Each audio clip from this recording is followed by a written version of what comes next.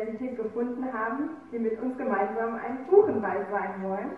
Der glutrote Himmel prangte über mir. Eine schlechte Kulisse. Und vor der Kulisse meine Schwestern und Brüder, die einfach nur dastanden und sich Gedanken machten, wann es eine von ihnen treffen würde. Da wussten wir noch nicht, dass jemand plante, eine Waldbrände zu inszenieren. Seltsam, dass wir seit Monaten vom Feuer träumen. Wir haben mal gehört. Das Hören ist sozusagen unser Hauptberuf.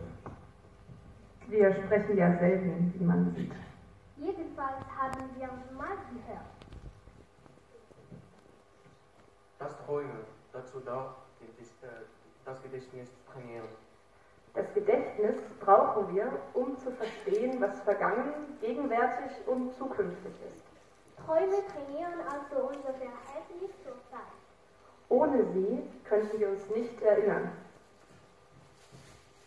Und wenn wir uns nicht erinnern könnten, dann könnten wir uns auch keine Zukunft vorstellen. Wir haben zahlreiche mögliche Zukünfte eintreten sehen.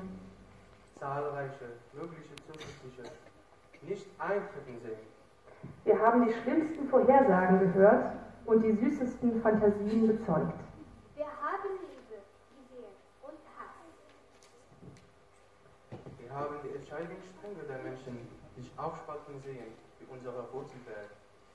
Wir haben Kipp- und Scheidepunkte voneinander unterschieden. Wir haben eingeordnet und analysiert. Wir haben uns in der Vorstellung der Zukunft üben können über all die Jahre, die wir hier vom Fenster gestanden haben.